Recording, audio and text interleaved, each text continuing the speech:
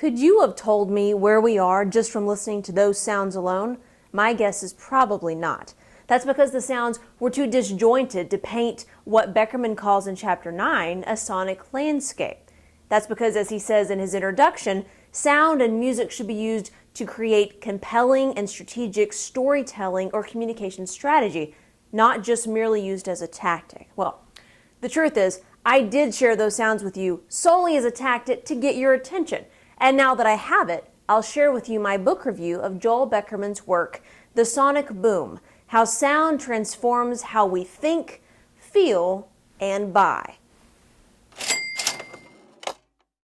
I probably agreed with 75% of what Beckerman claims in his book and disagreed with, say, 25 of it. But just to make this more interesting, let's start with what I disagreed with. Now, in his introduction, Beckerman states that if a picture is worth 1,000 words, then the right sound at the right moment is worth 1,000 pictures. It's very eloquent.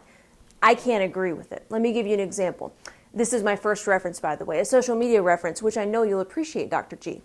I was scrolling through Facebook on my newsfeed, and around Memorial Day happened upon this amazingly powerful video. There's a Holocaust survivor being reunited after this World War II soldier had freed him from a concentration camp. And they're meeting again for the very first time after all those decades. Now I'm going to play it for you as I heard it the first time, completely silent.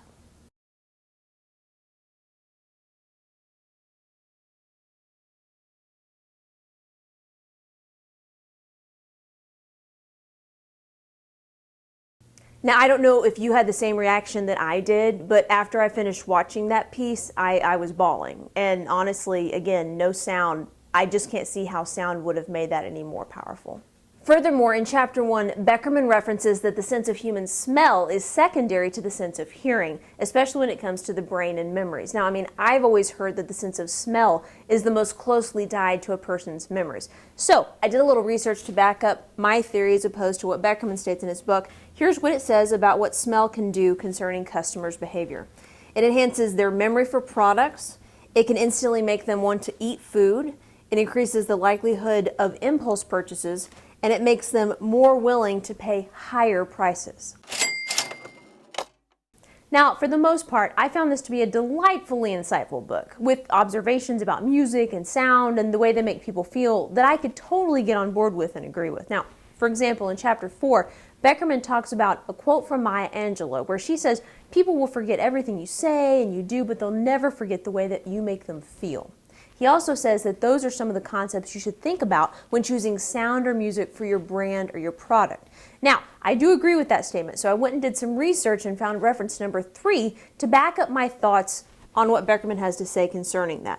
Now, I found my answer in a professional blog posted on the Content Marketing Institute website. It was contributed by the U.S. director of a Paris-based audio branding firm, a lady named Colleen Fahey. Now, she has a quote that I'd like to share about the value of music. It says, "At its core, music is a language. When used well, it can convey meaning with great clarity. To get started with audio branding, it's essential to first clarify what our brand stands for and then evaluate the sounds that might help translate those values into the language of music." Now, because I'm an overachiever, I needed to find a 4th reference for this video. So, I found it in pop culture. Earlier this year, Kenny Chesney released a single entitled Noise. He has some interesting lines in the chorus that I want to share with you. It goes like this. "Seems like all we ever hear is noise. Yeah, we scream, we shout, we don't have a voice." And then the last line of that chorus is, "Just trying to be heard in all this noise." Now, Beckerman talks about how much competing sound there is when it comes to making your brand stand out. From one marketer to another, trying to make your brand be heard above all that noise, I wish you the best of luck. They say all you have to do to carry on is find your happy place. So I choose to end this report by letting you listen to mine. I got my toes in the water, ass in the sand, not a worry in a world of cold beer in my hand. Life is good today. Life is good today.